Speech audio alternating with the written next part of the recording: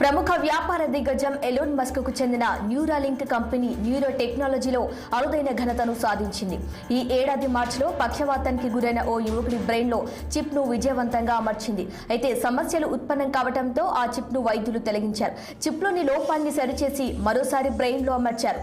ఇప్పుడు ఆ యువకుడు చేతులు అవసరం లేకుండా కేవలం తన ఆలోచనకు అనుగుణంగా బ్రెయిన్ సహాయంతో కంప్యూటర్, స్మార్ట్ ఫోన్ ను వినియోగిస్తున్నాడు. ఈ సందర్భంగా టెక్నాలజీ తన జీవితాన్ని మార్చేసిందంటూ భావోద్వేగానికి గురవుతున్నారు.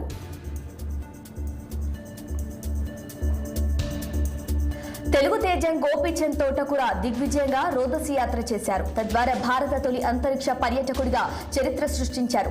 రాకేష్ శర్మ తర్వాత రోదసి యాత్ర చేసిన రెండో భారతీయుడిగా గుర్తింపు పొందాడు. అమెజాన్ వ్యవస్థాపకుడు జెఫ్ బెజోస్ కు చెందిన బ్లూ ఆరిజిన్ సంస్థ రూపొందించిన న్యూ షెపర్డ్ 25 వ్యోమనౌకలో గోపీచంద్ ఈ యాత్ర పూర్తి చేశారు. న్యూ షెపర్డ్ రాకెట్ ను ఇది 7వ మానవ సహిత అంతరిక్ష యాత్ర.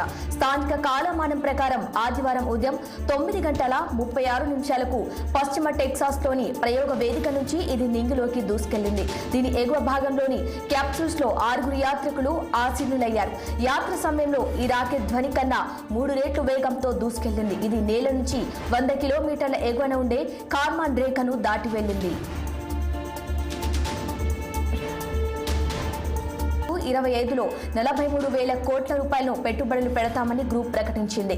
జేఎల్ఆర్ కు 30,000 కోట్లు పెట్టుబడులు సమకూరుస్తామని, మరో 8,000 కోట్లు టాటా మోటార్స్ కు మొత్తం 38,000 కోట్లు కేటాయిస్తామని టాటా మోటార్స్ గ్రూప్ గత ఆర్థిక సంవత్సరంలో తన ప్రణాళికను ప్రకటించింది.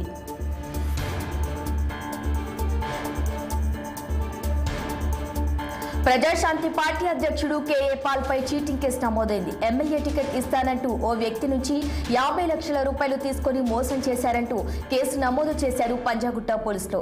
రంగారెడ్డి జిల్లాకు చెందిన కిరణ్ కుమార్ ఫిర్యాదు చేయడంతో పోలీసులు దర్యాప్తు చేపట్టారు. గత ఏడాది తెలంగాణ